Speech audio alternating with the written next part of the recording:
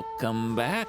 It looks to me like there is a continuation where we must ascend the summit of Mount Laishin.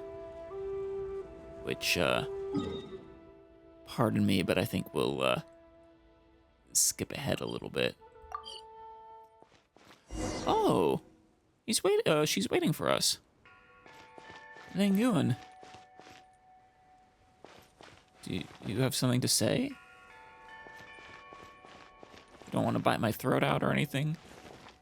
You seem to be looking at me.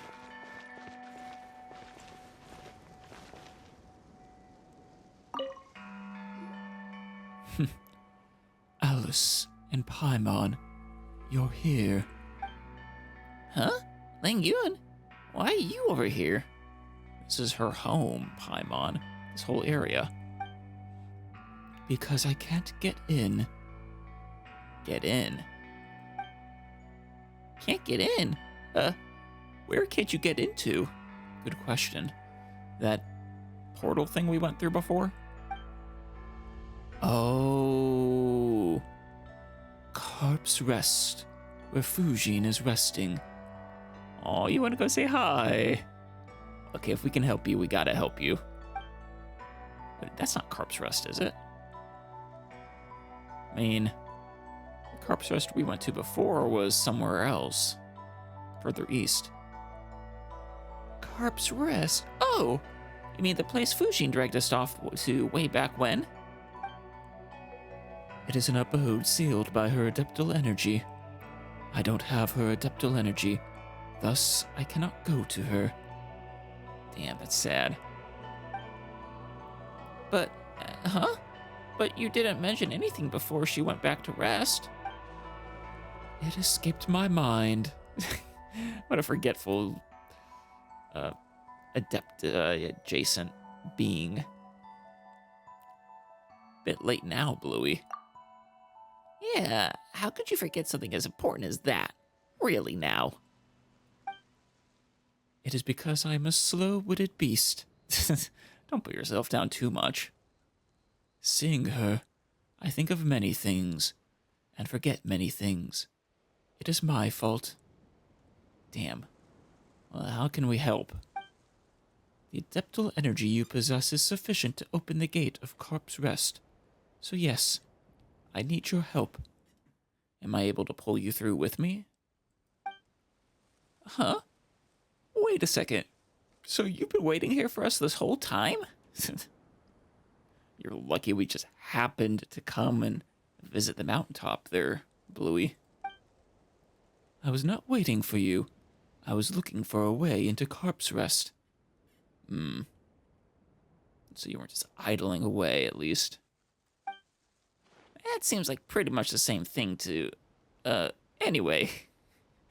We're a bit worried about Fujin's condition, too. So why don't we go see her together? Fine. Thank you both. Follow me.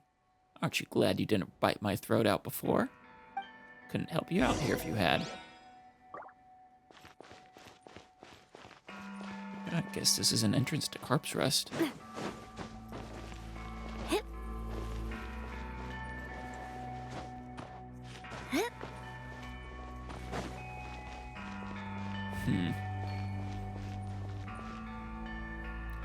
Up and away.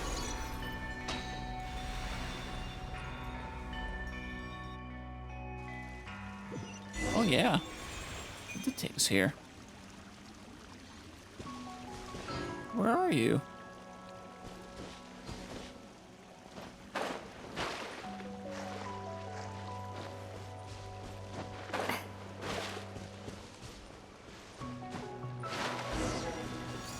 This is the place. The door is open. Just go forward. Now you mention it, when she brought us here before, we could never open the seal. Power requires familiarity. Ah, her power's no exception.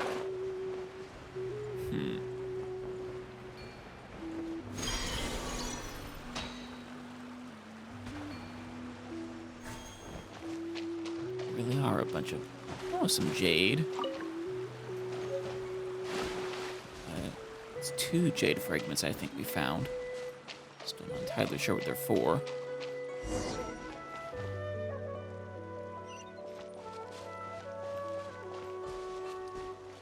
Oh. Oh, that's pretty. Clarion Echo. Yeah, it's like we're looking up, you know, at the bottom of the at the top of the ocean from below.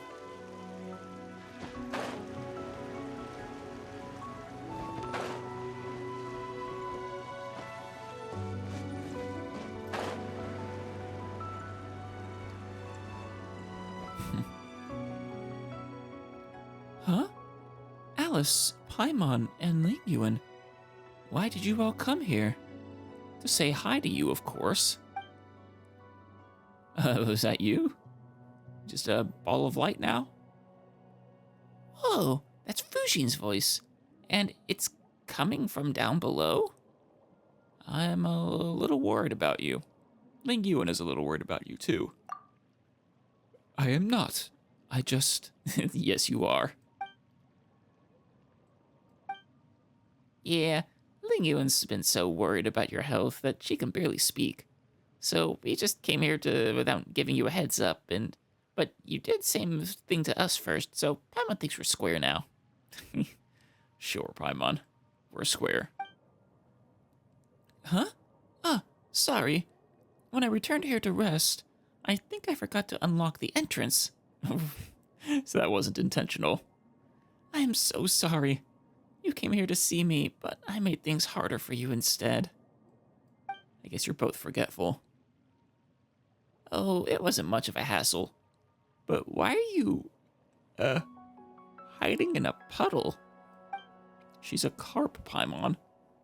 Honestly, that's far more natural than her floating in the air. How should I put it? Because I can't return to the form I prefer yet. But with you guys always seeing me in my carp form, I can't help but feel a bit embarrassed. You are aware that we've already seen it many, many times, right? So there's no need to hide yourself, is there? But before, I could turn back into human form whenever I wanted, so I thought moving around as a carp was just a matter of convenience. But all I have is this slick and slippery self, so I find it a bit... You should be more accepting of yourself, Fujin. Whoa, it's a bit of a strange thing to be so insistent about.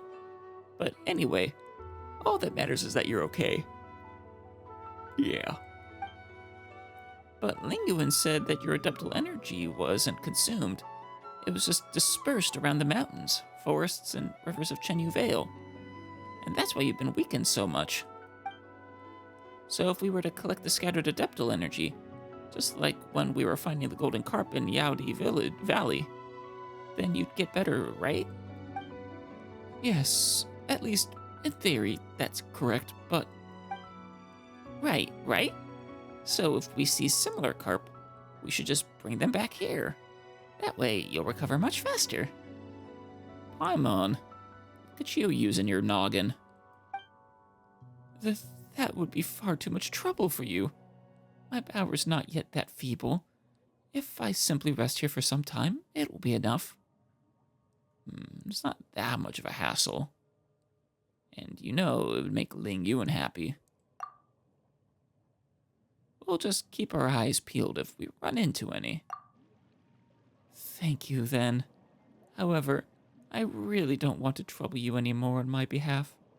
You've already done so much for me. If the two of you should happen to find any more adeptal energy during your travels, please simply transfer it into the jade here. Sure thing. Oh, is this Chenyu Vale's version of the tree or fountain or second tree? Actually, been of several trees we make offerings to. Yeah. Though balance has been restored to the water and soil, if we can add more power to the rain jade, we can ensure favorable weather in prosperous years to come. And what about you? Really now? I already told you. All I need to do is rest here for a bit. Yeah, what's a bit? I mean, You guys are Adepti. You don't really have very good senses of time. It's a bit like 1,000 years or what? Alice, Paimon, I really am quite grateful and quite happy that you came to visit me. This is the first time anyone has come here since Herblord left. I could go get Herblord, you know. I'm sure she'd be happy to come here. And thank you as well, Lingyun. I've done nothing worthy of your thanks. You really are a little, shy. Maybe a tiny bit tsundere. Alright, enough of that. Just think of it as me thanking you for bringing Alice and Paimon here. Really now. And lastly, let me say thank you once more, Alice and Paimon, for all you have done.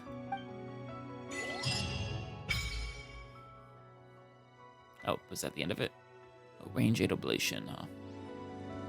Yeah. This is the version of it. Once you've collected 40 Spirit Carp, you'll receive the Votive Range Aid's Revelation, which will mark the locations of the remaining. Oh, nice. Only 10 levels, but good rewards. Not surprising since it's a relatively small area. It's probably only like, well, requires 5 there. 10 rewards? Yeah, probably about 50 then. Alright, well, I guess that was that. It was just, unlocking this. Oh, wait. Can we talk to... Yes, we can. Hey, Lingyun. Speaking of which, this should be your abode, right, Fujin? It feels a bit different from the other adeptal abodes we've been in. How should Paimon put it? It feels more pragmatic? Yeah, I guess you could say that. It's just a cave. There's no weird mechanisms or transparent floating bridges. True. I am very sorry. I was just too embarrassed before, and so never explained clearly. I cannot create new adeptal realms like the Adepti of the South. Carp's Rest is no abode. At best, it's just a cave. Hey, that's what I said. Yeah. Guess the Adepti of the South are just much stronger. Cave, realm, whatever. They're all abodes where Adepti live, aren't they? Still, we don't even know when you can turn back into your human form. All the power she accumulated has dispersed across this land. She will be unable to revert to human form for some time. I imagine you don't have any problem with that, Lingyun. I am the same way when I've exhausted my power. After Master died, the snow fell, melted, and then it fell once more after melting, and did so countless times before I could regain human form. You have a human form, but we've never seen it.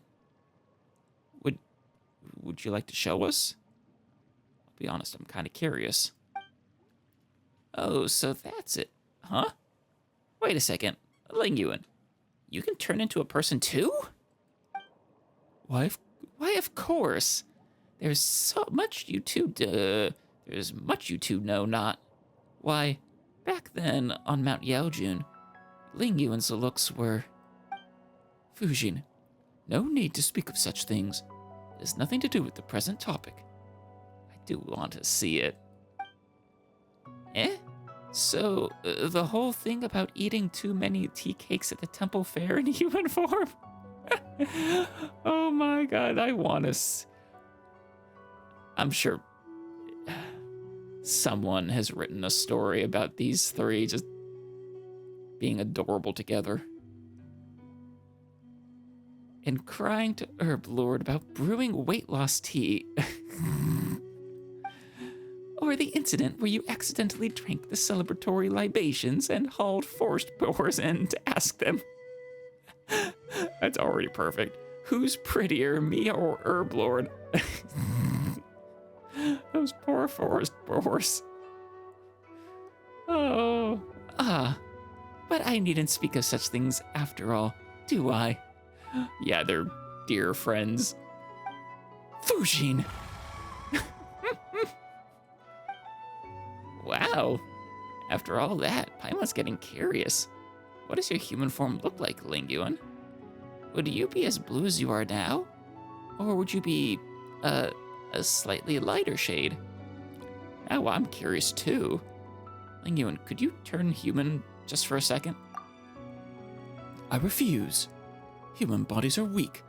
They lack fangs to rend and rip prey, and claws to hound and hunt enemies. I would not do such a thing unless commanded to by Fujin. A shame. We'll leave this to you, Fujin. Eh?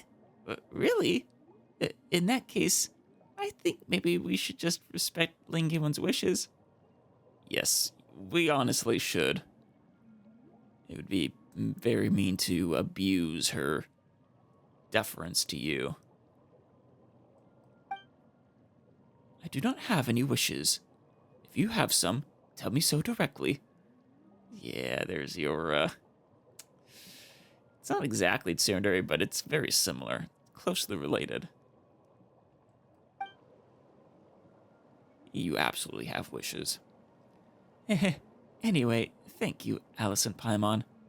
I never imagined the day would come when I would be able to talk to others like this. Ahem. As one who has found as one who has found once... Oh, you're putting on your Adeptus voice. As one who has found oneself in such a joyous state of mind, one is willing to bestow protection upon you two for your journey, guaranteeing success and great fortune. Ah, yes, you don't have to force yourself to speak like the Southern Adepti, you know.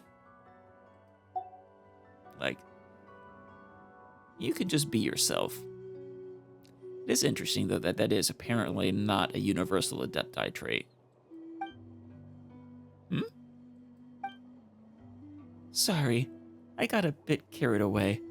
I wanted to try being like those Adepti, so I thought I'd try out a phrase or two. That's fine. Just, you don't have to force yourself. Anyway, I'll be staying here and praying for your journey to go smoothly. Thank you, Fujin. Oh, no. Now she's gone. Goodbye, Bluey. I don't know if we'll ever see you again or not.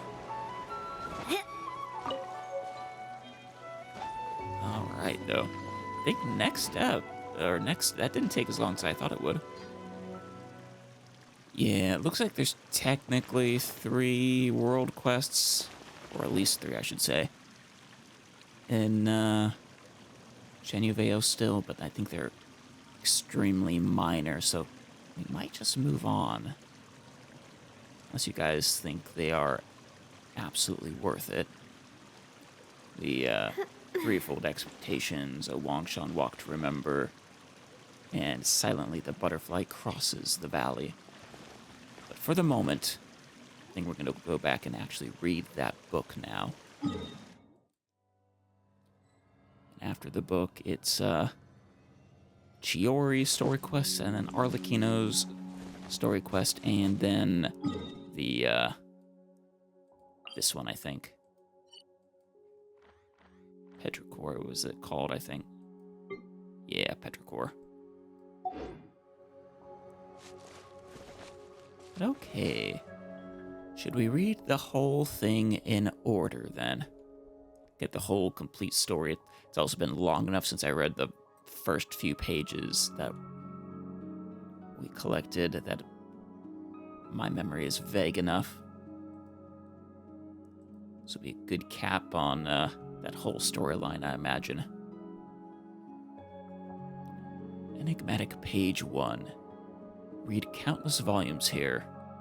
It appears that these books were left behind by an ancient order. Kingdoms rise and fall, and when a civilization is annihilated, a new one will be born after from the ashes, which these books refer to as Fortuna.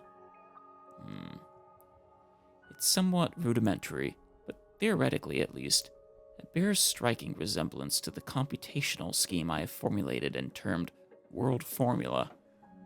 Right, okay, this is, shoot, this is Narcissus Sencruz's, his, writings. Or was his name Narcissus Sencruz or Narcissus? Those are separate things.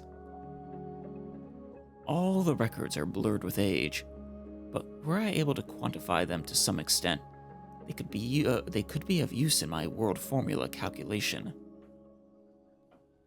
No matter how many times I derive it, the result remains the same, though this result is not expected. Unlike the world depicted in these ancient texts, there will be no more new civilizations born. Yikes. Unless we consider introducing variables from outside the system. If it was that sort of power, there might be a chance. I could understand why that would drive him to extremes.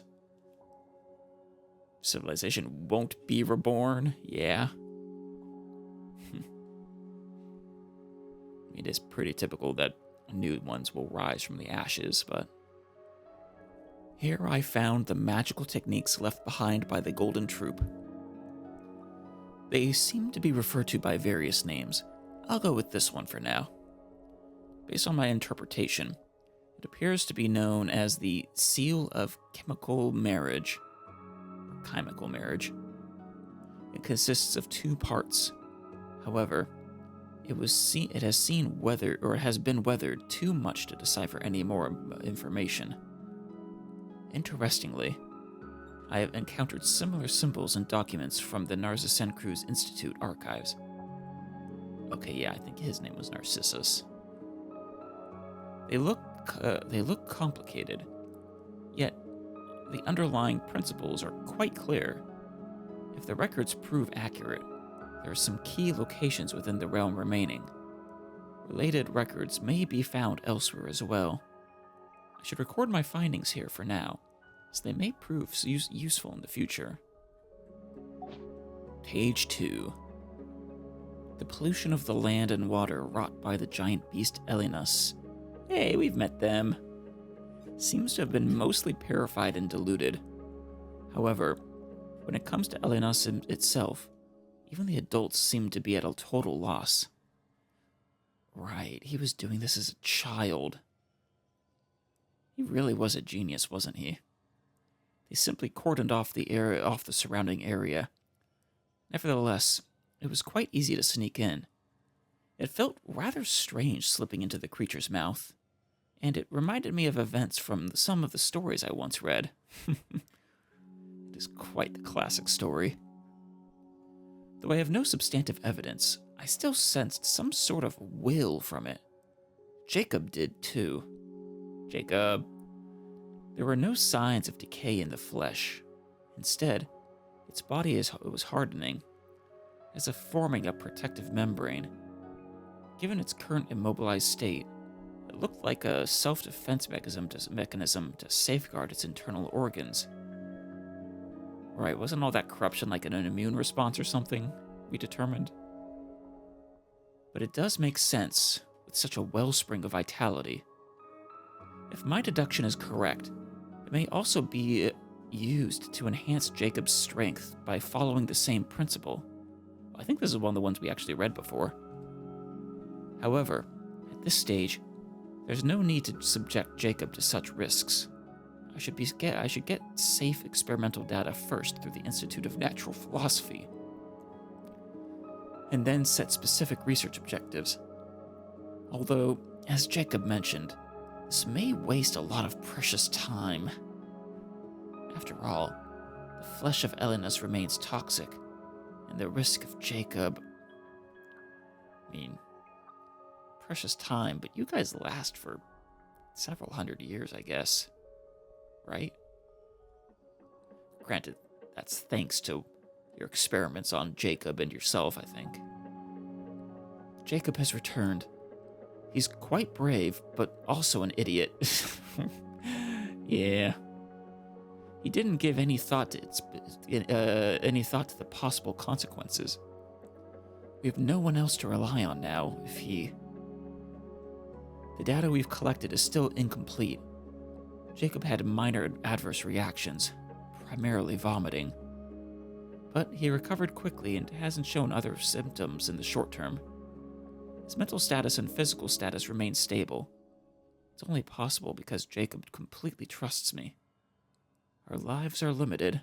Still, even if it's just for the future, we must find a way to get allies, get stronger, and prevent disaster. Yeah, and you will, but... kinda. Elaine has enrolled in the Institute of Natural Philosophy. He should fit right in with his sharp mind.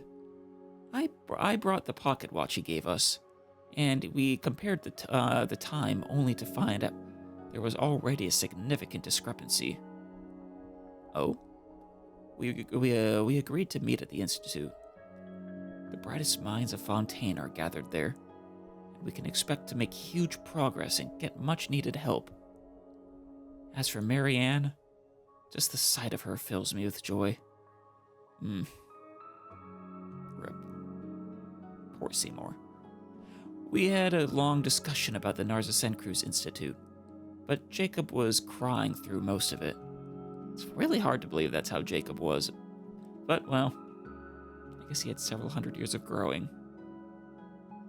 And he's just a small child here. I didn't tell them about Jacob. It's because Uncle Guillotine, who was with them, is part of the Maison Gardiennage. Although he seems to be treating Elaine and Marianne very well, he still can't be trusted. After all, father and mother, it was all the doing of their lackeys and goons. I wonder what the Maison did. Page 3. The tests on Jacob's strength continue.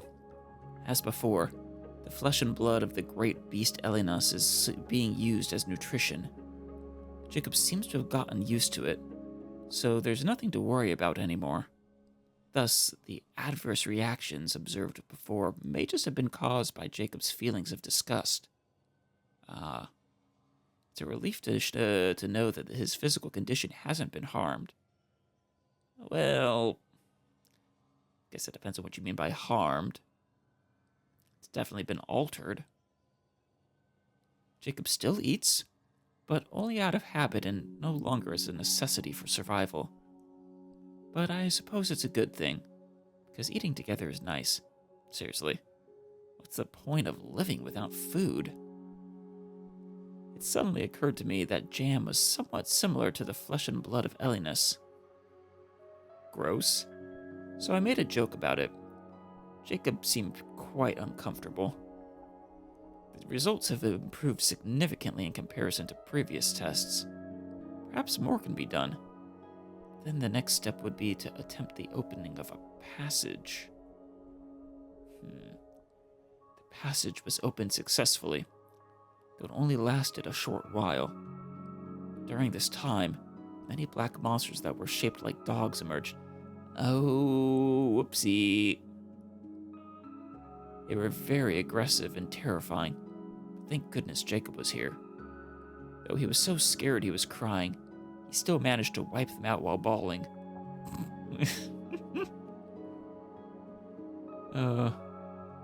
These monsters are identical to those we discovered during our desert expedition. However, those were salt gray, stiff, and immobile at the time, so it was relatively safe. Oh, you found some petrified rift wolves. Interesting. I'm certain their properties are nearly identical to those of Elenus. Really? The Conrian records mention passages appearing in large numbers, and numerous dangerous monsters that looked like dogs emerging from them. Right. I think that was during the scouring of Conria by the Heavenly Principles. But I'm not positive on that. It's very likely that they are the same type. It can be safely postulated that the location these passages link to is full of these monsters. I shall tentatively call them beastly rifts. Thus, these hounds may be called rift hounds. Oh, right. Wait, so you're the one who actually named them? Damn. And I think the passages opened up because they had to turn to the abyss, or they turned to the abyss in an attempt to save themselves, I think. Though, then again, I think it wasn't until after the destruction of Conria that, we got the story about the founder of the Abyss Order, basically. I think before that still, they did research into the Abyss. I think. Which could have opened portals. Page 4. I've been assigned to Elaine's lab. That guy only likes things he can figure out completely. If this were a novel, he might be the type of villain who becomes a crazed serial killer just to figure out how the human body works. Ah, classic trope right there. But he doesn't seem even remotely fazed about such statements. On the contrary, he spoke to us about the similarities and differences between humans and machines, and between artificial intelligence and personality. Uh-oh. This is bad. At this rate, he might really turn into a villain like that. A supervillain. I was disappointed to discover that quality of the people from the Institute is worse than I expected. I expected the people here to be smarter and more open to new ideas than those in high positions outside, but the reality has been infuriating. Or perhaps it would be more appropriate to call it incomprehensible. It stands to reason that a research institute with such vast resources should possess the greatest talent. Elaine's assistant isn't very good, a little stupid even, but at the very least, he's not hostile and doesn't fear us. Are you calling them that because they're not really listening to your world formula and your doomsday predictions? Because that one's actually not that surprising that a bunch of, though I think the prophecy did exist.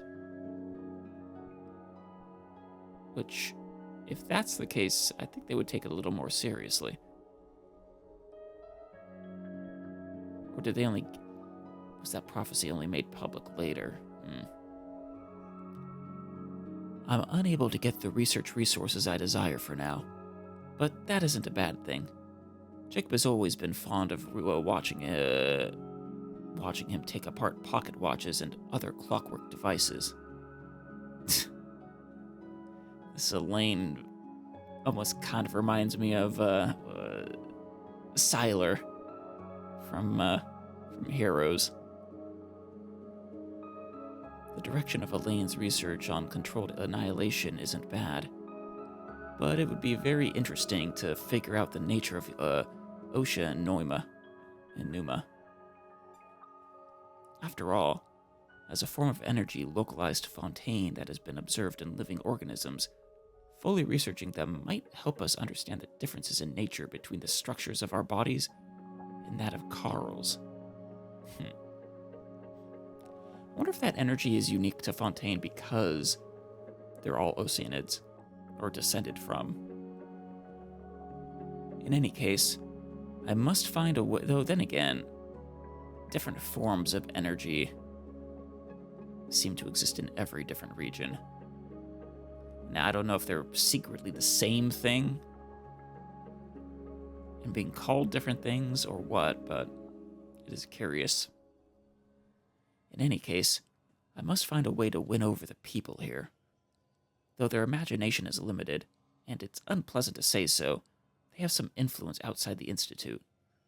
Their strength and resources must be consolidated to help them. I can use that book to show them what we've experienced. Although they say a single piece of evidence is never sufficient, the change in Jacob fills me with hope. Uh-oh. mean Jacob's transformation into an abyss lector, or whichever version he was.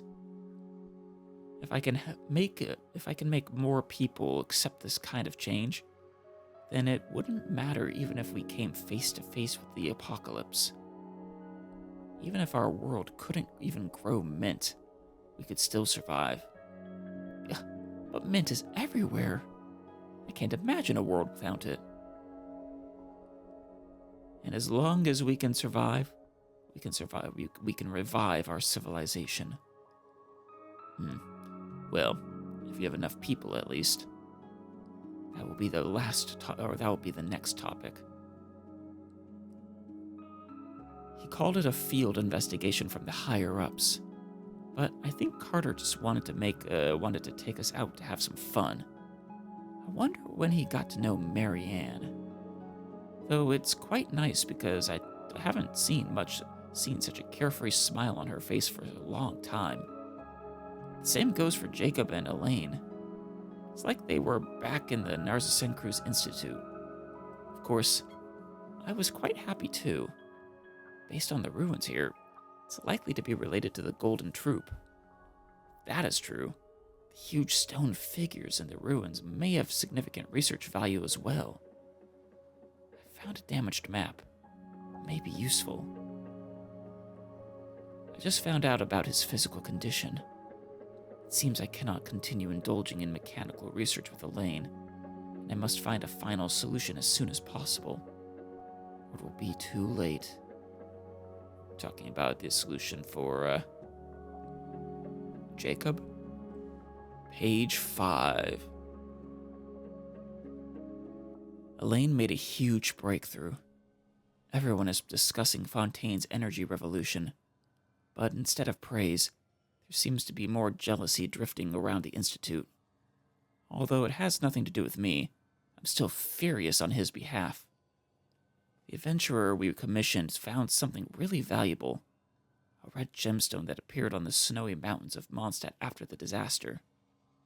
Its properties are very similar to the flesh and blood of Elinus, verified by Jacob. You found that on Dragonspine. Oh, that makes some sense. Because those are the remnants of the dragon. It's supposedly a product of the great dragon's decaying corpse. Yeah, exactly. In order to reduce confusion, it will hereinafter be referred to as scarlet quartz. Although it generates heat and has the effect of increasing explosive power, the toxins it contains means ordinary humans cannot withstand it.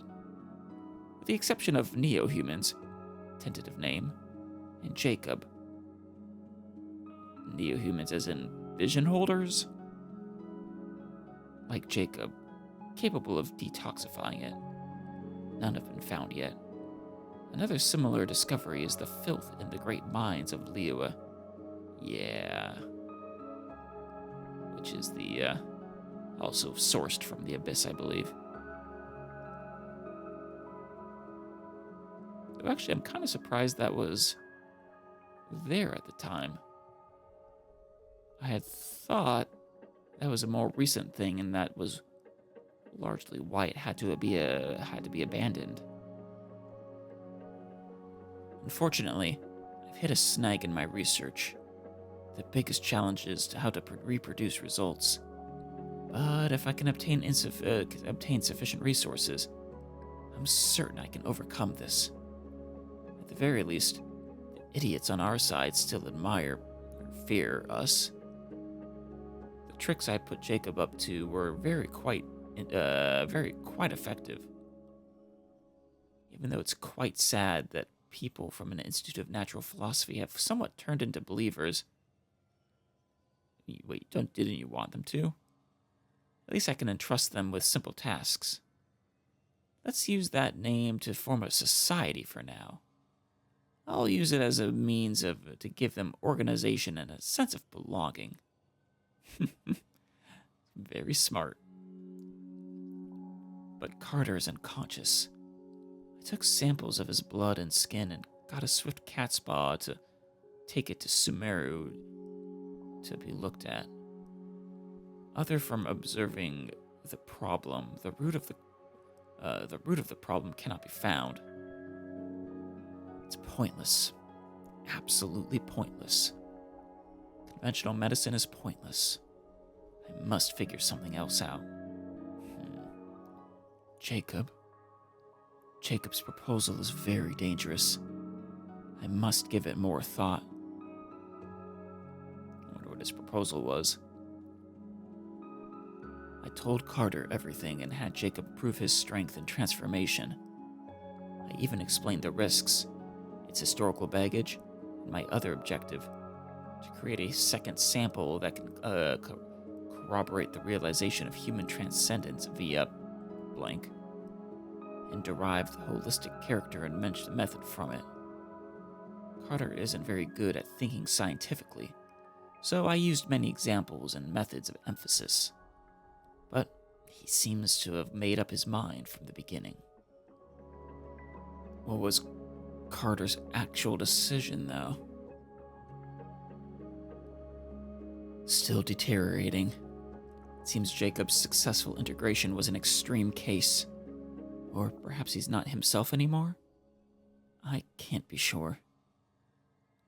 I must continue observing. It can't be a waste. It can't be a waste. Or else it'll all have been for nothing. Utterly meaningless. I got more materials in an attempt to reverse it. All sorts of relics and biological tissue from after the calamity. I even got my hands on extremely dangerous residue. Nothing worked. But I can't give up. He's still alive right now. At the very least, in this sense, it can continue. It cannot be a waste. Oh, this is Carter. Yeah. He preserved, he's preserved. He's preserved for now, and further tissue collapse has been prevented. Jacob doesn't tear up at the sight of him anymore, but occasionally Carter's voice is occasionally heard from...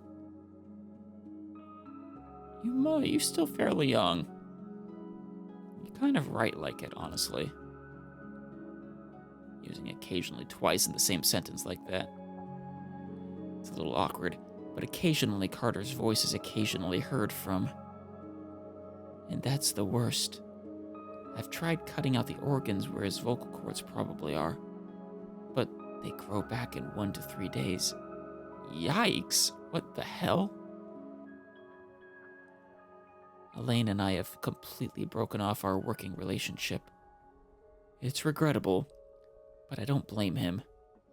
The most regrettable part is the previous direction was proved to be ineffective, but it wasn't all for naught. Identifying the errors made was the greatest benefit. Due to the short lifespans, the cost of trial and error is very high. On this account, I must thank Carter, so I must find a way to save him. I must prove that I can do it. Another thing I gained is members of the society have grown more loyal. Aren't I a talented actor? Yeah. During my discussion with Jacob, I thought of another direction that's worth trying. It may be the solution to everything. Oh, is this when you come up with your current version of the plan, or, well, the one we came across? Most of the remaining content cannot be deciphered due to the thoughts expressed being utterly incoherent. I'm guessing the next set is time skip, and when they're adults or something working on the current plan. Page 6. Oh, this is a short one. In the expedition to Petrichor and the ruins from before. Ooh, they actually went to Petrichor. We discovered origin. Something's origin, probably. It seems that compared to humans, if all return to Transcend. Did he discover that Fontanians were descended from Oceanids at that point? Although anti-intellectual and counterintuitive, the ancients succeeded before. Most of the remaining cannot be deciphered. Huh. Page 7. It's really nice to see her again, but there's nothing here except water, which is really quite uncomfortable. Actually, I felt the same way when I traveled to Sumeru with Jacob and Carl. Empty buildings feel lonely, yet enduring at the same time. In the apocalypse, stone structures outlive humans 1,000,000 times over. Oh yeah. It's the same here. So, to a certain extent, it's just a bit of apocalyptic scenery. The director has been observing these scenes for so long, so I'm sure she feels much of the same sorrow. I should visit her when I have the time. Build a new home and bring her over. Jacob would be happy too. What are you referring to Marianne? Though it says the director, so maybe it's actually the shoot, I'm forgetting her name. But the Oceanid, the orphanage director. The one who was, I think, excessively strict or something. Jacob left behind the feather ornament given to him by the vice director. The same ornament he'd been keeping carefully. As a result, we never used it as a wand to play any games. I discovered that this place was very likely an ancient facility. If so, I should be able to find useful data. The script's content. I'll visit the director again next time. I heard Marianne will be coming to see her too. Yeah, that's the confirmation. It would be nice if we could meet. After all, right now Elaine is what?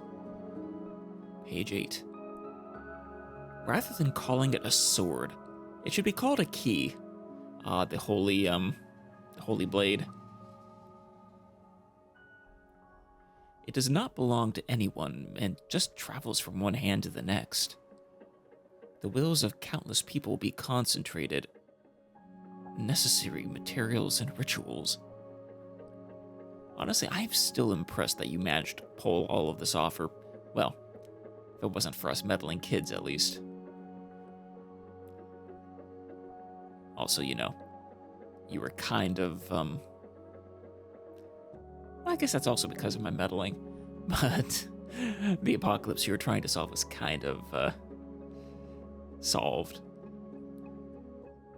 It's actually quite interesting. It basically just boils down to a kind of extremely effective witchcraft that takes advantage of the situation. But the reason it is effective is due to the nature of the origin, the primordial. Based on the records, the constituent elements should be a circle of 4 orthants and a tree of emanation. Flows from the roots toward the center of the circle, and the circle encircles the abstract of. It's akin to pie crust and the filling of the pie. A metaphor sure to excite Jacob. I guess this is still, fairly innocent Jacob. Not the one we know now. Actually, that one probably will never show up in these pages. We'll need some suitably sophisticated terminology for the layman. Found the ancient seal's general location. If the records are accurate, we should be able to confirm the specific site. We should also be able to determine the locations of the four constituent elements. For as long as we find one, we can calculate all other nodes. We arranged for members of the society to visit several candidate locations. We should be able to find traces of water and channels of higher quality and density. This is just hilarious now. The secrets that ancient civilizations so carefully guarded What a joke. Turns out we've already been through the same countless times in our youth.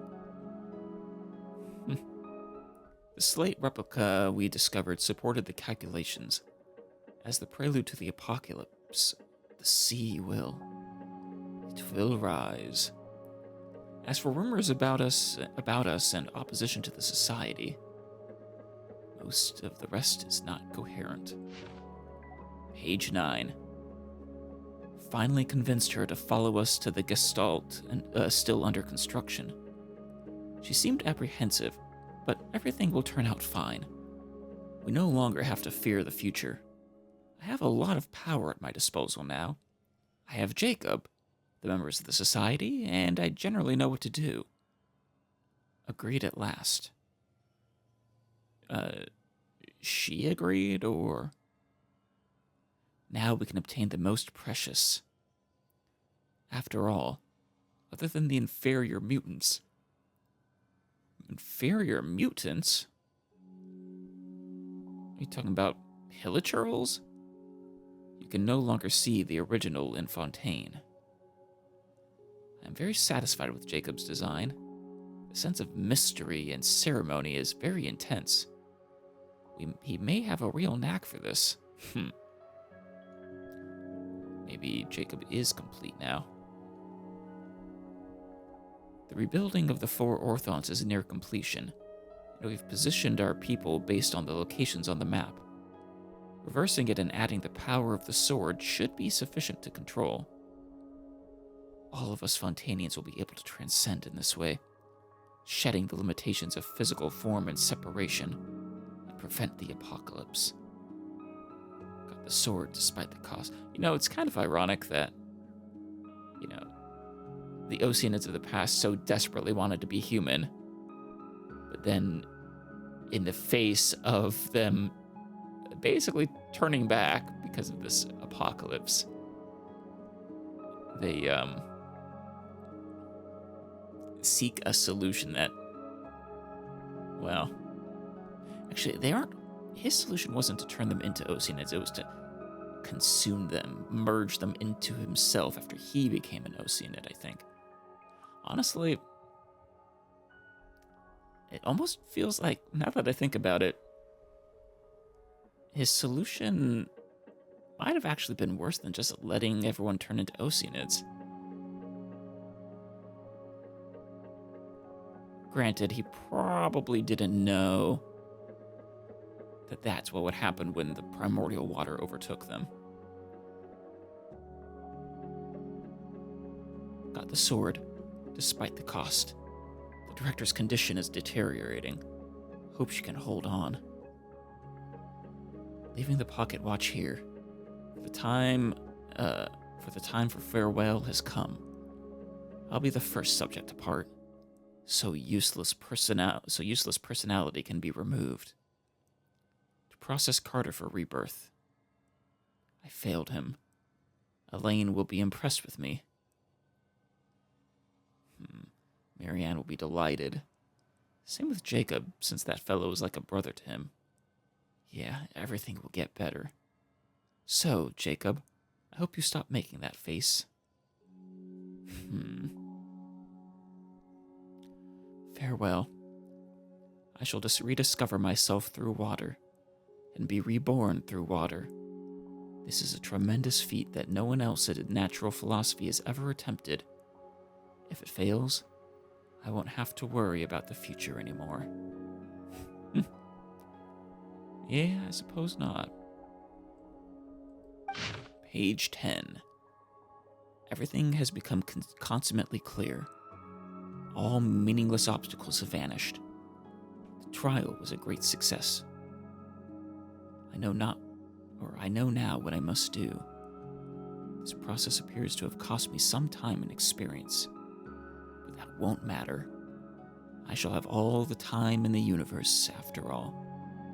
I am become Narza Sencruz.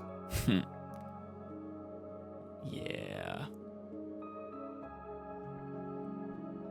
The memories do not seem to match the records.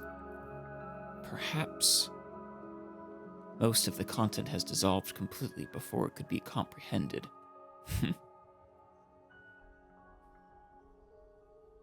I am become Narzisenkru's Saver of the World. Page 11. Shall be the passage between the primordial and the present. Deconstruct and reverse its utility, and internalize. Use to fully master. Matrimony of chemistry, bonding of the elements. Circular ruins, forest in the mirror. Send Lyris and Jacob to... Finally. Last one.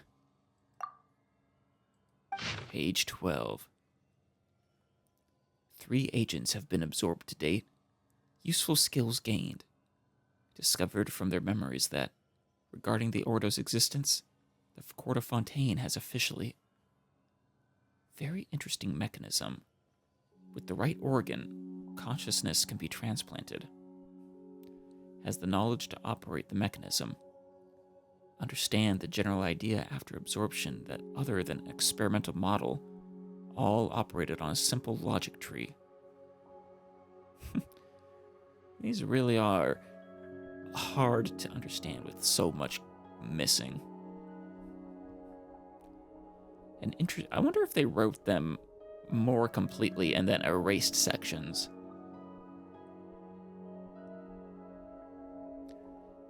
An interesting attempt, but the path he chose was regrettable. Rien would definitely think so. Jacob got a milm. It's like how we actually recognize basically all the names they've said so far. Finally. Jacob got emotional because he does not wish to oppose the Guillotine siblings. Declined, of course. Elaine Guillotine said before leaving that it seems that there's no going back. Alas, he is only a genius when it comes to machines. In all other things, he is but ordinary. He does not understand the future. He does not even realize that we hit the point of no return long ago. I, however, will create the future, and there will be a place for him and Marianne Guillotine in it. Alrighty. And now, we meditate. The edges of the pages blur gradually. A profoundly unfamiliar, yet familiar world enters your field of vision. Here.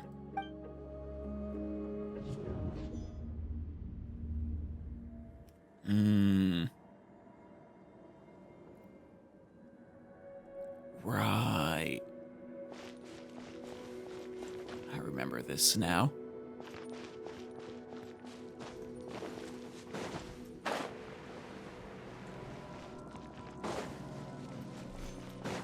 that tear in the sky is still kind of scary.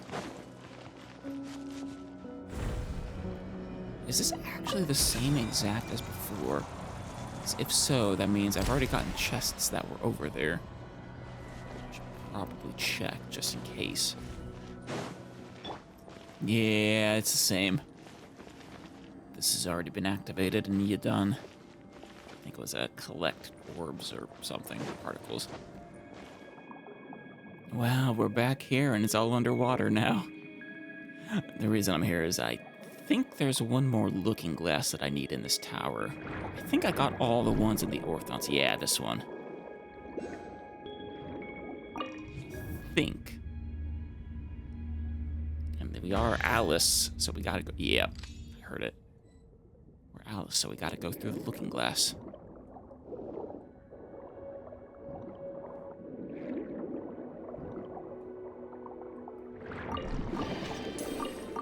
Huh. That painting. Yes? Oh. It's a sunflower.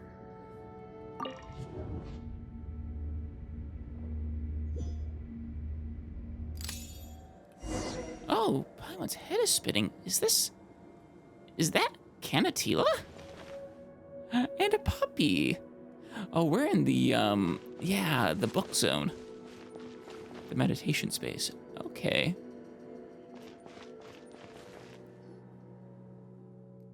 Hey, we meet again. You're with Paimon this time. Wasn't I with Paimon last time? Huh? Paimon was here when we meditated here the last time. Exactly. I don't go anywhere without Paimon. Is that so? I don't remember. No matter. It's all thanks to you that I found the location of the looking glass and the flowers that are about to bloom and deepen my understanding of this place. Wait, where did the sunflower go? Talking to Canatila is as confusing as ever. Woof! A puppy. But... Woof, woof! Yeah, you said it, puppy. Okay, I hear you. She's talking to the puppy. Could it be that Melusine can generally communicate with dogs? How incredible. I mean, I've seen crazy things from Melusine. They're very capable little creatures. Well, I guess that's that. I'll see you next time. Humph. Even if you said that, I'm still coming back to play with you. Let's go, Miss Alice, Paimon. Okay. Oh, there she is. Well, here we are again.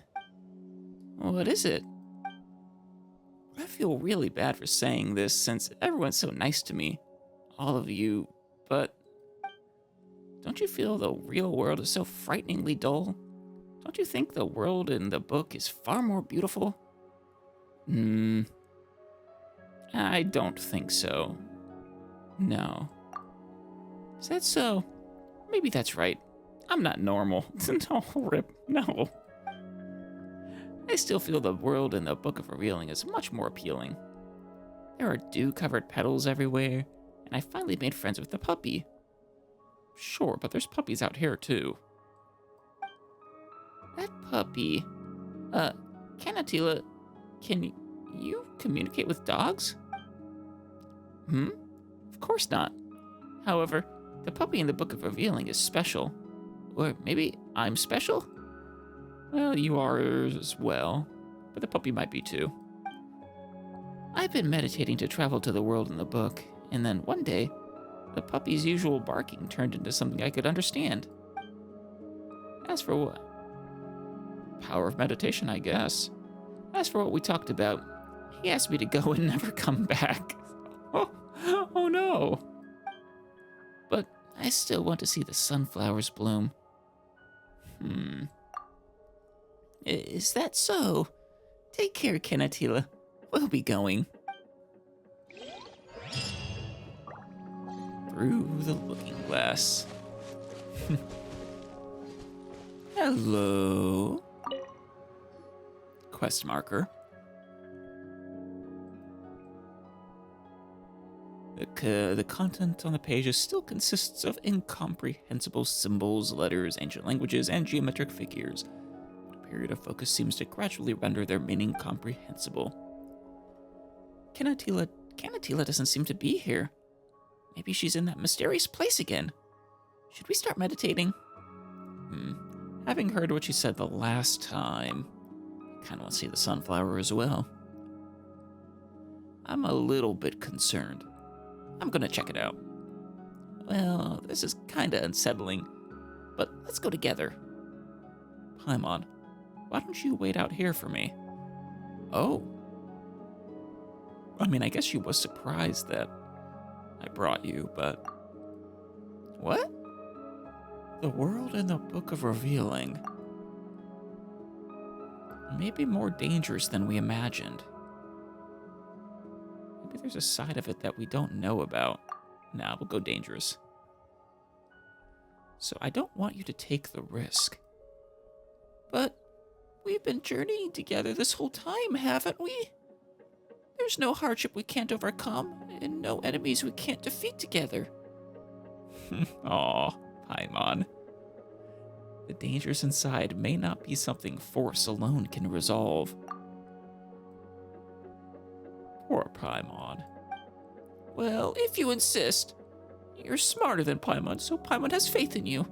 Just don't abandon Paimon. Paimon will wait right here until you return. Aw. Don't worry, Paimon, I could never abandon you. But what would I do without my travel guide? Or my emergency rations? I promise I'll be right back. The edges of the pages blur gradually. A profoundly unfamiliar yet familiar world enters your field of vision. Here.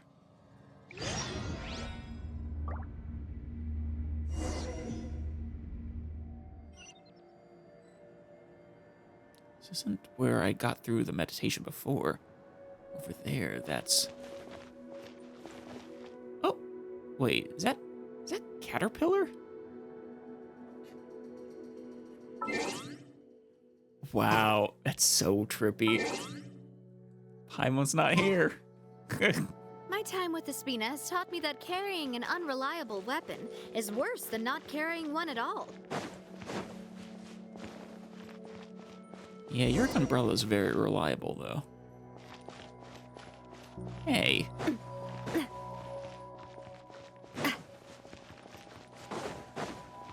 Oh, it unlocked the staircase. Oh, there you are, Caterpillar. Yeah, it is you. Hey, Caterpillar. I didn't even think I'd get to see you again. I need a bouquet of flowers.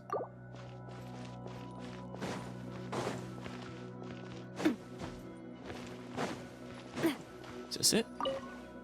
Yeah. Once cherished by someone. There was little special about it, unless that be the place where it fell.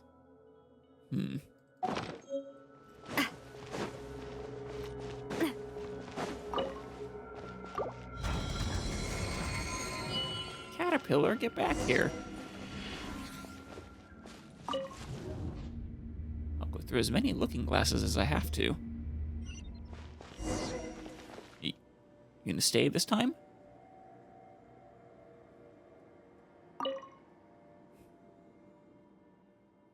Caterpillar? Who's there? It's you. I remember you. What brings you here? I was just going to ask you the same thing. Nothing. It's just that... You're Alice, right? And where is the little white thing that's always with you? Little white thing. What was her name again? Why isn't she here? Paimon is waiting for me outside. Was that her name? Anyway, it doesn't matter. You're a good person. And so is Paimon. I came here to look for something important. Do you know what it is I'm looking for? No. Never mind. Forget that I asked. Why are you here anyway? This place is very dangerous. You should turn around now. There were people who once came here for the trial, but they lost their way, and their minds turned to mush. Yikes. Huh. I remember now. You and I. We accomplished something incredible together. The only thing in my life that I'm proud of. That's just sad. You mean... defeating Narcissism Cruz? Rescuing Lanoire? I remember now. Yes, we escaped from the prison under the sea with her. A good thing, too. That was no place for children. She should be living under the sun, amongst the flowers. I hope she's doing okay and not missing you too much. Ah, the golden butterfly. As shiny as the sun itself. Once you have a light like that, everything will... everything...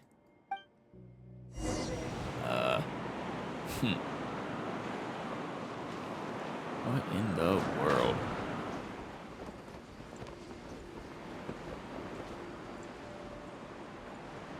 Up it goes.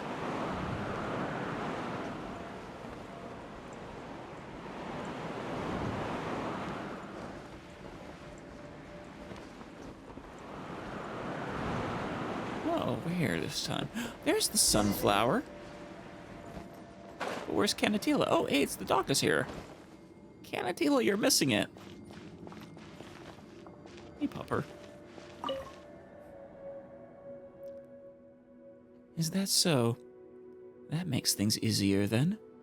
What's your name? Caterpillar. I didn't think I'd see you here, Alice.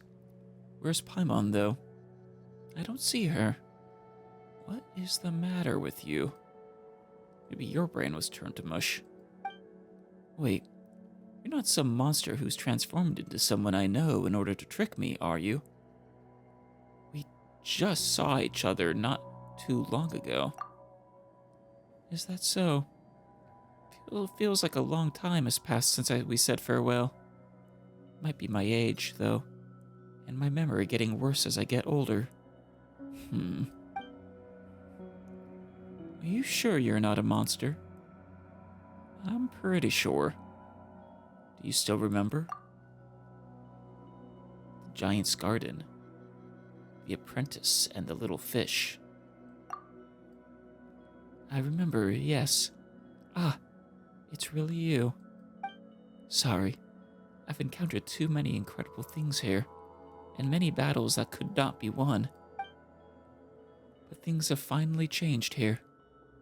Golden rays of light have arisen, and the sunflowers have bloomed. Even the universe the Ancient Ones speculated about is not immune to changes. Maybe things will get better. Maybe I'll finally understand and be able to let go. Caterpillar. Come with me. Haha, I suppose it really is you. I remember now. I knew you, and you haven't changed. You're always sticking your nose in someone else's business, but that's because you're kind and honest. I do stick my nose into a lot of different people's business, that's true. Usually they deserve it, though.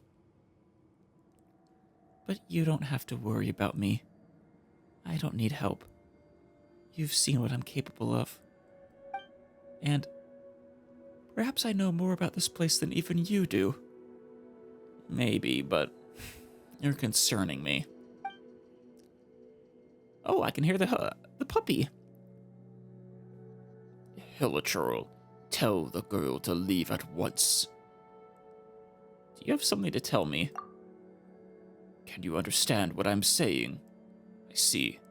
Let me ask you. What am I in your eyes? A dog? Maybe there is still hope. What do you mean? Leave this place, young one. It's for your own good. I agree, Alice. You belong to a brighter world. I have a question. You shouldn't. Goodbye. And don't come back. I guess that's what you were telling, Canatila. Did you just kick me out? We'll just leave like this. Your real name is... Hey! Caterpillar was just about to drop some, big lore on us. Hey, you're back! How long was I gone for? Just the blink of an eye. Literally or figuratively? It was just the blink of an eye to you. What's wrong? Nothing. I suppose it really is dangerous inside. Is that so? Anyway, where's Canatila? She didn't go become guard in the court of Fontaine, did she? No. No, Adam. I'm feeling a little dizzy. Let's come back next time. Oh, okay. Should we find something to eat? Paimon was so worried about you that she's now starving. Wasn't it just the blink of an eye, though? Well, it took a lot of effort to worry about you. Or the blink of an eye. I mean, I'm surprised you even recognized that I was gone and then came back in that short a time span.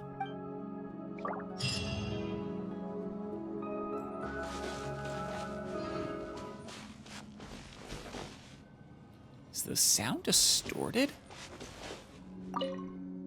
No. That wasn't distorted. But the other audio is. That's strange. We'll see if it stays that way or not. Alice, are you still going to meditate? Well, we haven't found Canatila yet. I'm going to need you to give me another moment, Paimon. Okay then. It's just a blink of an eye anyway. Paimon's not worried at all. Aw. Still, be careful, Alice. I will. Don't worry. The edges of the page blur gradually. A profoundly unfamiliar yet familiar world enters your field of vision.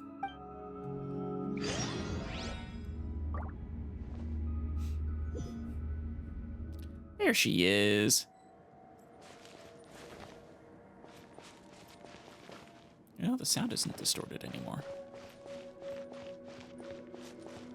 Oh, there's a bunch of them. That's probably not a good thing. Miss Alice? Didn't we just see each other? When did we last meet? I'm not sure. After all, it's hard to keep track of time in a place like this. Why don't you come with me, Canatila? Something about this place doesn't feel right. But don't we get to decide what feels right or not? I didn't mean to be so deep, but I really like this place. It's full of life and colors. Things I've never seen on the other side. Those things are all over the place on the other side. I only saw a sunflower. Really? Wow! Where? Where we saw the puppy. Okay, I'm going there now. Wait. Nice second one over there, though.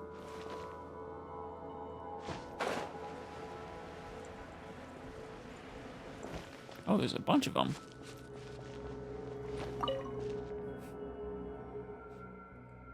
Canatila? Huh? You're finally back. Don't disappear like that. Don't you know how worrying it is? Just imagine what would happen if you never returned. Do you have any idea how long you were inside? It felt like the waiting would never end. Even the other Melusines had no idea how to help. Seems like I've been here for quite a while then. Well, I've got to go. What? Alice, where are you going? Don't worry. I'll come back once I find you, Canatila. Just wait for me a little longer, okay? I know that saying this to you won't change much. But still, trust me. Alice! Aw. We'll save you. Don't worry. Yeah, this place is super dangerous. Canatila? Since memories can be made into a book, if we reverse that logic, the contents of the book can also be written into directly into memories. Canatila? It's you. The strange Miss Alice. What is it? Do you need something from me? What were you talking about? No matter how I think about this, converting memories into a book is quite an incredible deed. The creator of this book must have only been able to... Yeah, you actually mentioned that. Must have only been able to do this because they viewed the emotions in their memories. Delusions. As the most precious thing in the world.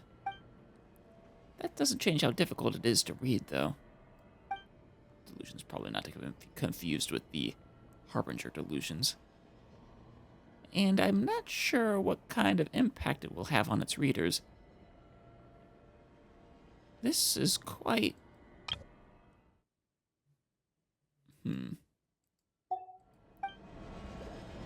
Off she goes again. I guess she is by the sunflower.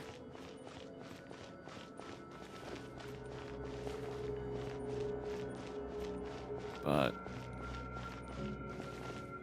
how do I...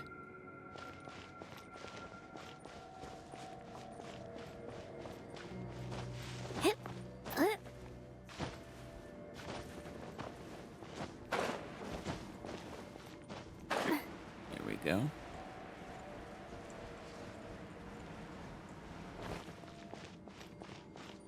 She's not here.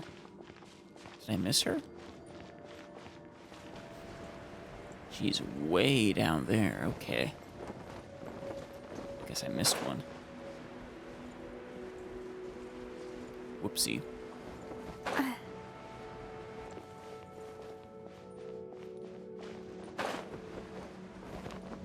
Oh, Caterpillar's here.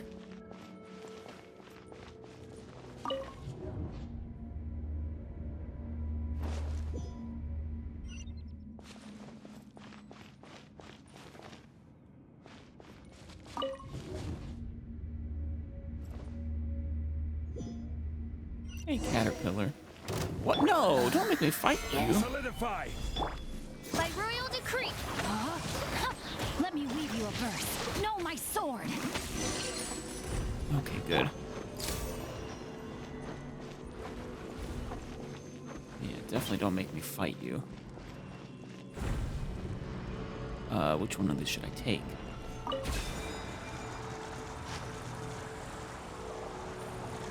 Oh, Canatila. Miss Alice! Wait, why isn't Paimon with you? That rift. What are you looking at? What rift? Isn't this a mirror? No. Well, speaking of that, there is something that I've been looking for. I'm trying to find clues to the looking glass. It looks like a painting and lets people meditate in a similar manner to the Book of Revealing. I mean, I found a bunch of looking glasses. About the 4 orthants in the painting in the Tower of Gestalt. Really? So it's in a place like that? Okay. Thank you, Miss Alice.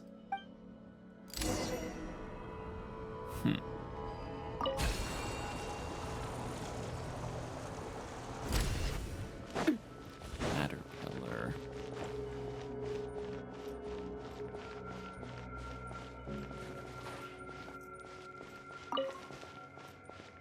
Ah.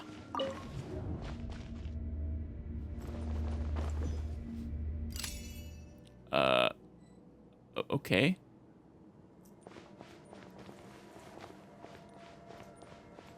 Just keep going straight.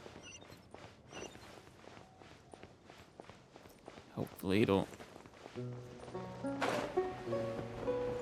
Shoot.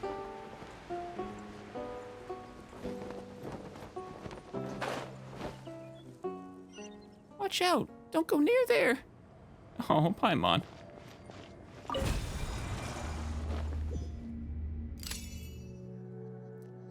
Oh, was I supposed to do that? Because I was supposed to fall.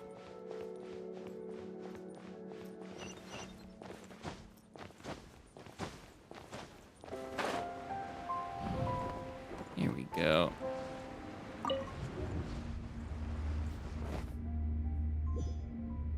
Caterpillar. Caterpillar. Stop it, Caterpillar. Red outlines your fate. Odds revealed. Coming at ya. Alright, please, help. Oh no. From there, I gotta be quick. For where? Oh, over here?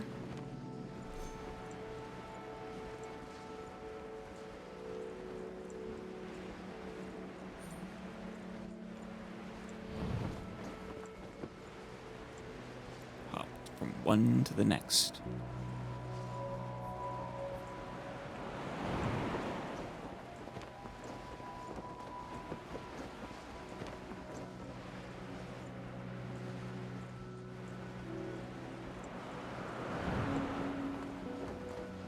For a second, I was worried that I was actually attacking Canatila.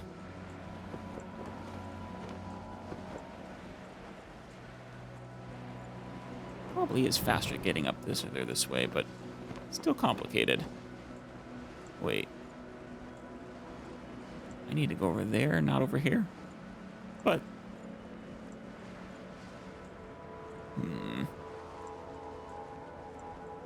Alright, let's... I don't know why they gave me that option.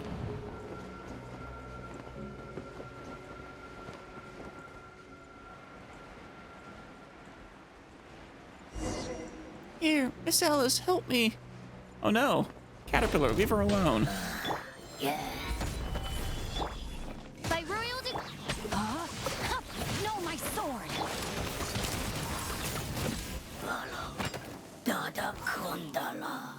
Thanks, Miss Alice. What happened? Also, poor cat. I hope the caterpillar's okay. I don't know. I just wanted to see the blooming sunflowers and the cute puppy. Understandable. But a monster came after me, and the sky got darker. I heard many voices talking about things I didn't understand. I was scared, so I followed the golden light and ran forward. The world got a little darker whenever the monster came near. The garden, the palace, the great trees, and the flowers all disappeared. It was very gloomy, and I only saw ruins. And then the monster caught up to me. You don't have to worry now. Puppy, please send her back. Don't come around here anymore, little one. There's nothing here, and there's a whole world waiting for you out there. Huh? Are you the puppy? But... will I see you again? Will this world become a beautiful garden again? No. No. Goodbye. I like this dog. Or whatever it actually is. And you, let me ask you one more time. What am I in your eyes? A dog? That's good. You just got rid of someone who shouldn't be here. And thanks to you, this world's collapse has stopped. But it is unwise for any of you to stay all the same. What's going on? This world was going to disintegrate because someone who shouldn't be here arrived, shaking the foundations of this world. Is that why I saw what I saw? I don't know what you experienced. I am not you, after all. And who are you, then? That is not important. I beg to differ. What's important is the masters of this imaginary world. They believed that they could save the world, but they didn't know if this world actually needed to be saved. This world or the world they were trying to save? Maybe the world in their memories was but an afternoon forever, bereft of blooming sunflowers. But those are their stories and not mine. I'm just a memory that they have. I'm just a memory that they have of their friend. They once believed that they could save me, but ultimately, the butterfly became a cocoon, and a larva emerged from the cocoon. Then the larva returned to the void that was never born. Damn, wait, which one were you? But none of these things matter. I have nothing left. I'm just a shadow in their memories, left behind by their obsession to save me. Oh, I feel like we should know. I remember one of them they were trying to save, but I forget their name. I don't hate them, though, even if they changed after losing me. My existence in this world of memories and illusions is proof of their persistence. As someone who was once their friend, I am more than satisfied. That's why you're friend-shaped. No matter what I became, I am forever grateful for the friendship we once had. Anyway, let us end it here. You can feel the influence this place has on you, can't you? Farewell. We won't see each other again. for real this time. Maybe.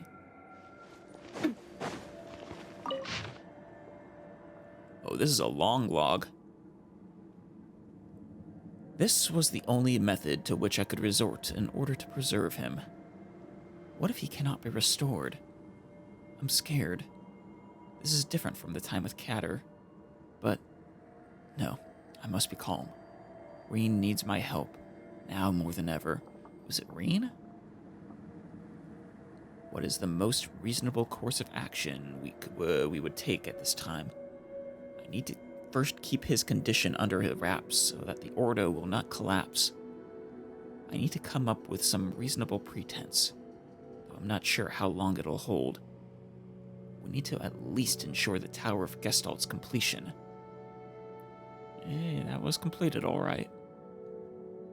The stark contrast between how he'd always say so much to me and the present is utterly heart-wrenching. There should still be hope.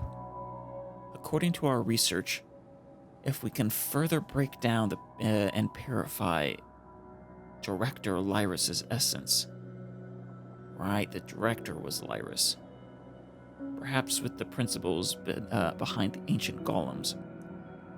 If all goes well, we should be able to cure Catter. When you say cure Catter,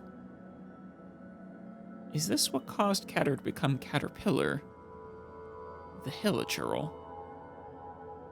Or were you trying to save Caterpillar, the Hilichurl? In the end, and departed in great sorrow.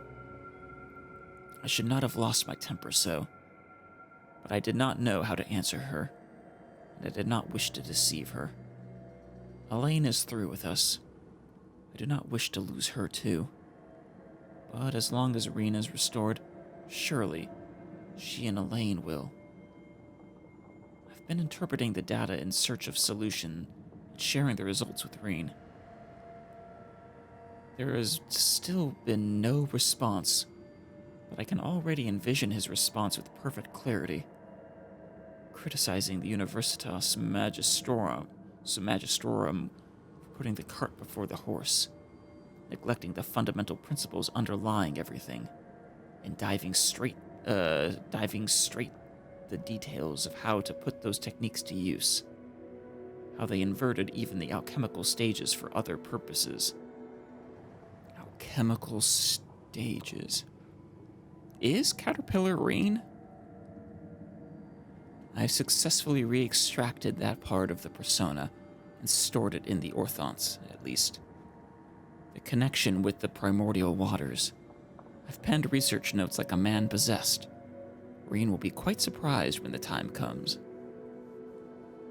I've gotten used to projecting confidence to people. No one in the Ordo seems to suspect. Or perhaps they dare not suspect. But, in truth, I've become somewhat disappointed in them. It seems that there was an alchemist from Conria named R who joined a secret order.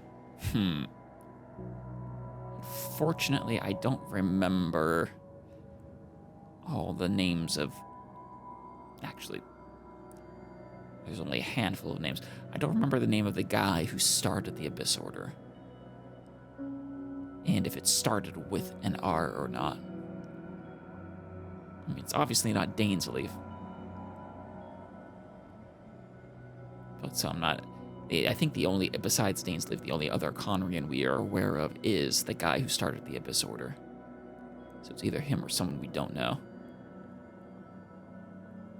From what fragmentary records exist, it appears that they made significant headway.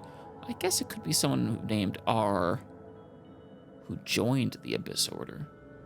From what fragmentary records exist, it appears that they made significant headway, but the available materials are scarce. If Reen doesn't recover, the Ordo will slowly dissolve, and if we were all mistaken, and the colossal beasts in Apocalypse are false, will there be others who shall research the trail left behind, as I am now? A valid fear. The idea needs to be tested on someone else first. that means. I'm afraid there's no other way. No other way out. I've recently received reports that some of them have been talking amongst themselves. I must figure out how to handle this. I suppose this can be considered their contribution to our research.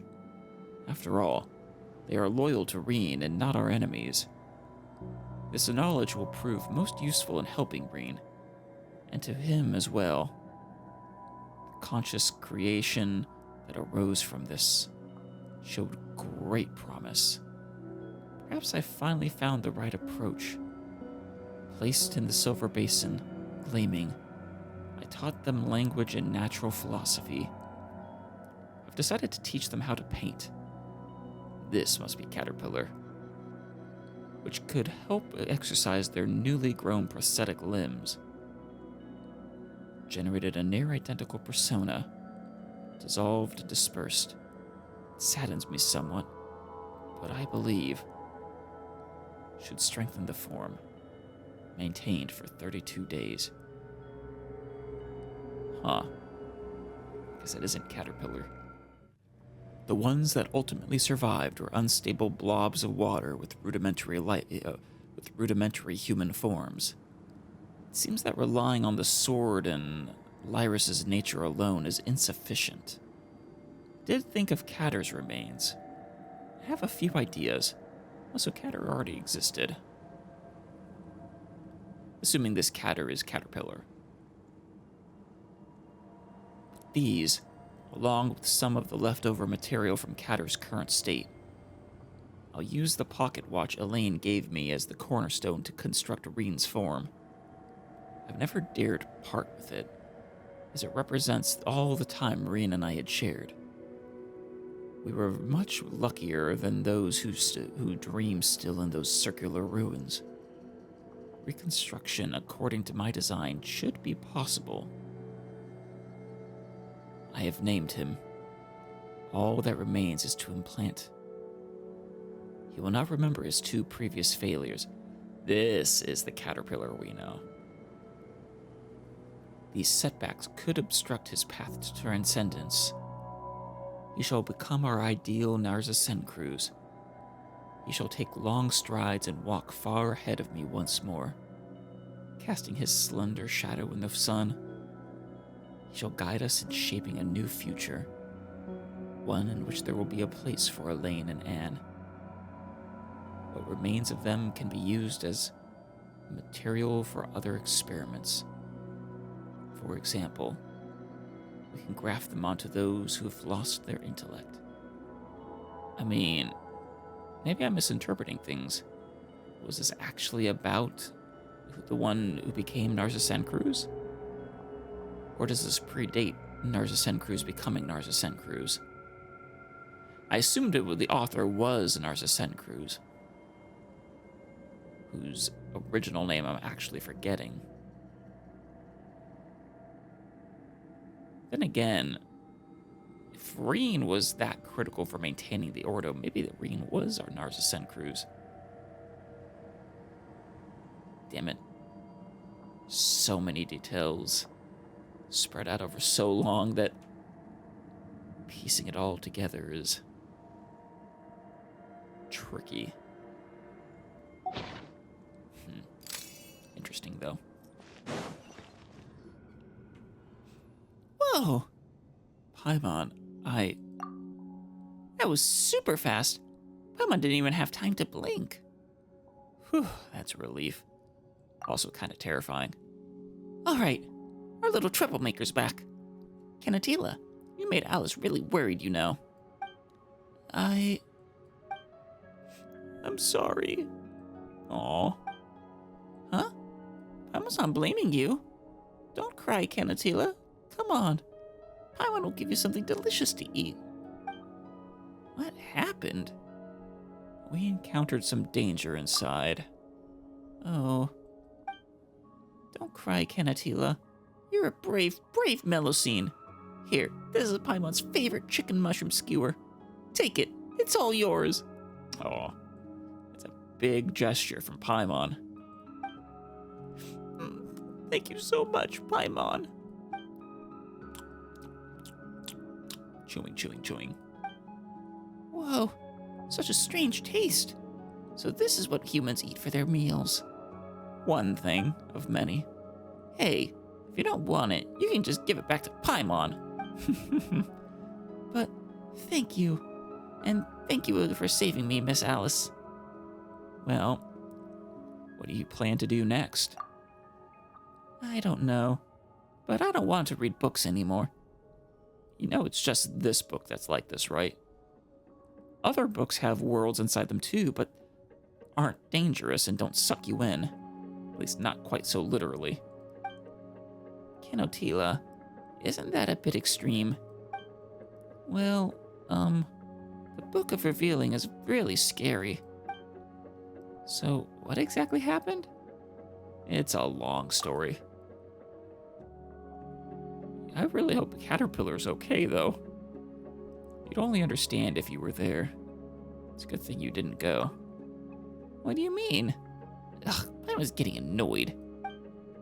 Anyway, I don't want to stay here anymore. I want to live with everyone in Marcy Village. That's right. The other Melusines will take good care of you. Yes, they will. Thank you, Miss Alice, Paimon. And that is that. I think there's one last bit to this whole Narcissen Cruise questline. Shall we conclude this story with a visit to Lanoire? Hi, Lanoire!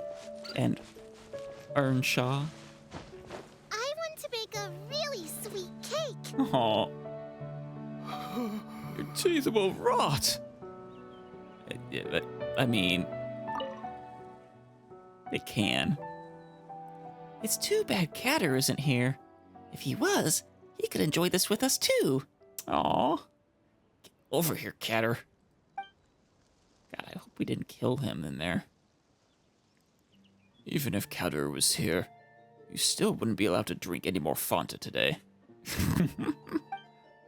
Aw, but Catter said you have to share with others to be even more happy. Yes, Catter was a great role model. I'm sure Catter also said not to have too much sugar and to brush your teeth after eating. Oh, he did mention that. Catter's a very good role model. They're gone. Or they're just over here.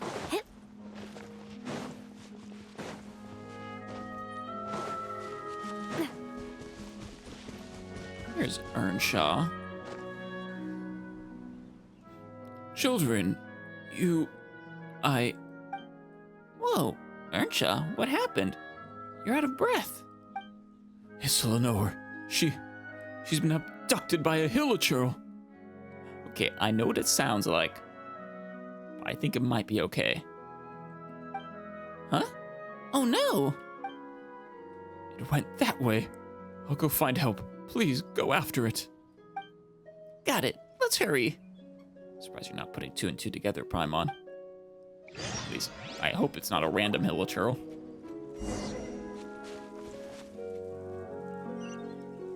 Ah, she went that way. Yeah, that's definitely Caterpillar.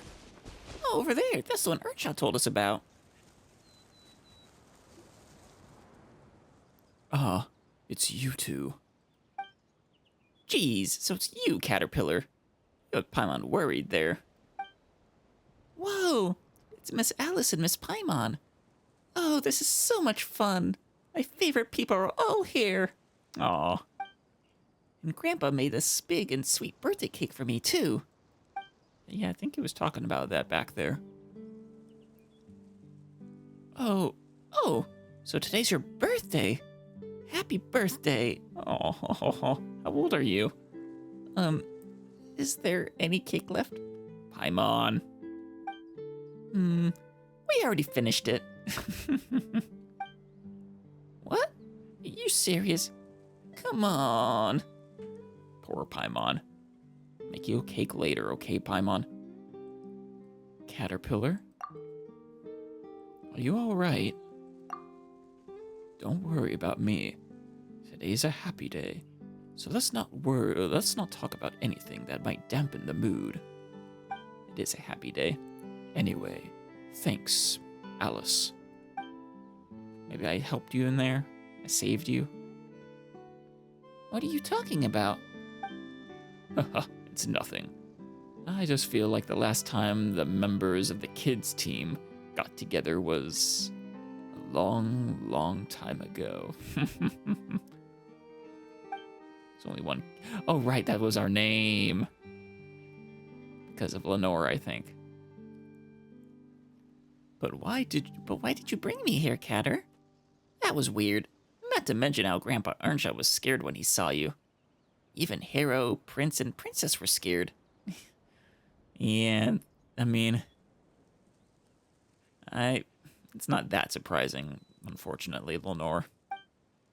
Whenever Grandpa hears me talking about you, he always says that he'd love to invite you over to our place as a guest. Well, considering his appearance, Caterpillar, why didn't you want to transform into a human? You know, like before. It's not that I don't want to. It's just... You can't? He's great just the way he is. Aw.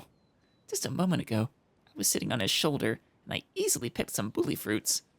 Also, it's amazing how he runs like the wind. I love that she just likes Caterpillar no matter the form he takes. Lanoire, you must remember what I'm about to tell you. If you ever come across someone who looks like me, do not approach them. Run away quickly. Such individuals are very dangerous. Yeah, very important that you understand Caterpillar is fairly unique. It's not to say, I mean, as Ella has proven, and with everything we know about them, Hilichurls aren't, you know, monsters per se.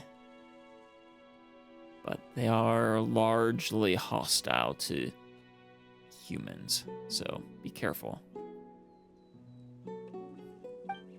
Really? But you're not bad at all. Lanoire, give me your word. Promise me. Yeah, please. Initially, you thought that Caterpillar might use his tricks to influence Lanoire. However, he doesn't do that, and instead simply waits earnestly for Lanoire's response. But, okay, I promise, Catter. Very good. But if I do so, how will I be able to recognize you in the future? Aww. Oh, right. You know, Catter, I didn't realize how big the world was until I left the fortress of Meripede. Every day, I walk in different directions, but I still haven't seen any walls yet. Nope. Oh, she's such a tragic and wonderful little child. When the sun is out, it's hot. And when there's no sun at night, it gets cool. Oh, and at night, there's also a breeze blowing towards the lake. And it feels chilly, not like a fan at all. Why is that? This is gonna take a minute to explain, Lanoire. Also, Hero always looks up at me and Grandpa when he's lying next to us. And he sometimes kicks stuff with his hind legs when he's sleeping. Classic dog behavior. It's so funny. And when I walk on the grass without wearing shoes, the little blades of grass tickle between my toes and it feels kind of prickly. I thought the grass would be soft like they describe in books. It can be. Oh, and the flowers that Estienne gave me? There are so many of them outside, but those flowers have roots that firmly grow into the ground. Why is that? Maybe you should let them answer one at a time. This world is so big and strange. There's so many different colors of light. I have so many things I want to tell you, and so many more things I want to hear you tell me too. Aww. How can I find you? Ugh, I feel like the mage's apprentice who wanted to find the little fish so badly. The mage's apprentice? Is that one of your stories? So you still remember that story. Of course. There's no way I would forget. I've been waiting for you to come back and finish telling me the whole thing. Aw. Oh, that's the one that you told her at your parting. So, in the end, did the apprentice find the little fish? Well, many, many years later, the foolish apprentice plucked up the courage to bid farewell to the great mage, left the workshop, and embarked on a journey to find the little fish. But he had never seen the vast ocean before, so he had no idea what the little fish's homeland was like. Therefore, he had to ask for directions along the way. He asked the reeds by the river, and upon hearing his story, the reeds laughed so hard that they bent over at the waist. "You are looking for the ocean," said the reeds. It is a place much wider and grander than any river, the destination where rivers flow into." He followed the flowing river and eventually reached the vast ocean. However, the ocean was so vast that he didn't even know where to begin. How dare it rain on this happy day? So he asked the violet gold angler gull, resting on the pier. It was astonished by his story and dropped the fries it was holding in its beak in surprise. That's quite astonishment for a gull. "Buddy, this is an impossible task," the gull said. "No one has ever, and I mean ever, tried to find a common little fish in the vast ocean. Besides, who knows, it might have already. Don't you dare, gull." The apprentice silenced the seagull by stuffing its mouth with bread. I don't think the seagull was going to complain, disregarding it and its noisy companions. "Mine?" Then he continued along the coastline, asking and searching as he went. Since he was a foolish apprentice, he only knew how to search in the most foolish way. He spent a lot of time learning how to dive, and again, he swam further and deeper into the ocean. He must have found it in the end. If you wish hard enough and you won't give up, your wish will definitely come true. That's what Grandpa told me. You like stories with happy endings. Well, Grandpa Earnshaw is right. Despite being a foolish apprentice, he finally managed to find that little fish in the most foolish way. When he found it, the little fish was swimming freely in the water with its family, amidst an ever-shifting school of fish. But the apprentice recognized it at first glance, even among countless others of its kind. "Finally, I found you." The apprentice had fulfilled his wish, but his emotions were not as jubilant as he had imagined. Instead, he felt somewhat bewildered. The school of fish curiously surrounded him, urging him to explain the whole story. He clumsily explained everything, and finally, as if relieved of a burden, he released a long stream of bubbles into the water. Wait. Why did you release bubbles? "I must apologize twice," the apprentice said. "Once for not summoning the courage to help you when you sought my assistance in the past, and once for the abruptness of my visit here. After finally seeing you again, I realized how selfish I have been. I thought that if I could apologize to you in person, I could forgive my past self." "What does it matter?" The little fish's response surprised the apprentice. "You see, in the past, you couldn't help me, but I have still returned to my homeland, back to the embrace of my family. I haven't been harmed, so you don't need to seek anyone's forgiveness. You've spent so much time and effort over such a trivial matter. I can't decide whether to call you uptight or upright or foolish. But even if you are foolish, We don't mind being friends with foolish humans. Wow. So, does that mean they finally became friends? What happened then? Then, well, they became the very best of friends. Oh, yes they did. Oh, yes they did. Huh? That's it? Paimon, no critics here. So, Catter, is that how the story ends? Mm-hmm. That's the end of my story. If a good story doesn't end in the right place, it will lose the fun. Yeah. Knowing when to end is one of the most important things, especially for a long series. Heroes will become evil dragons. I've heard of stories that didn't want to end. When they finally did, they were with but horrible endings. And everyone in these stories had their hearts broken. Those were bad stories. Yeah. It's always a sad thing when a good story overstays its welcome. But dear Lanoire, the story of you and your adventure is still ongoing. Happy birthday. And one day, you'll have to share your story with me, won't you?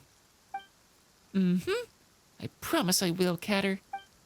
I'll find you, and then I'll tell you tons of stories.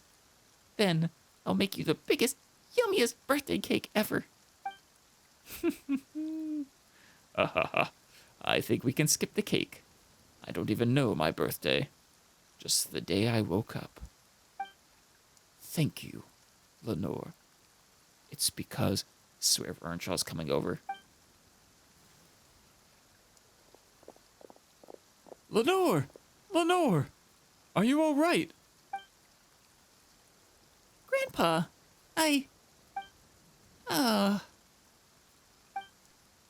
Damn it, Earnshaw.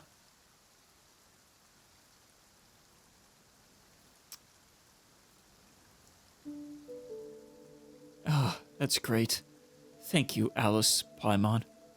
Thanks to both of you. You don't need to thank us. But, well, it was just... Paimon. But, well, Paimon gets it.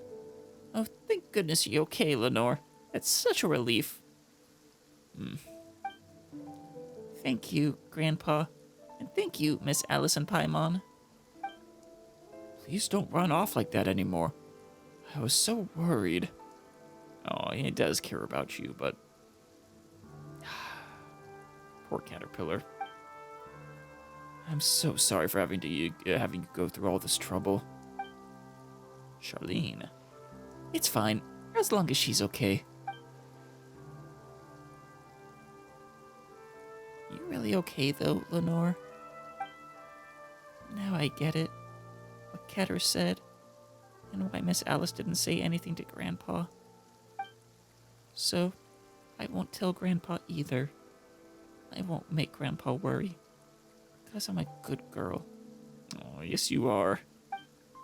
You're a clever girl, Lanoire. Oh, it's a shame that... No, I'm not. I don't understand what Catter meant in the end, and why he thanked me. I mean, he's the one who's been helping me all along. I mean, I think you helped him make him feel human. When I grow up a little older, I'm going to find him, and I'm going to ask him. Then I'm going to say lots and lots of things to him, and feed him the yummiest birthday cake. Miss Alice, Miss Paimon, when I grow up, can we go find Catter together, please? Fine. I would prefer a yes, absolutely, but... Okay. Deal. They leave.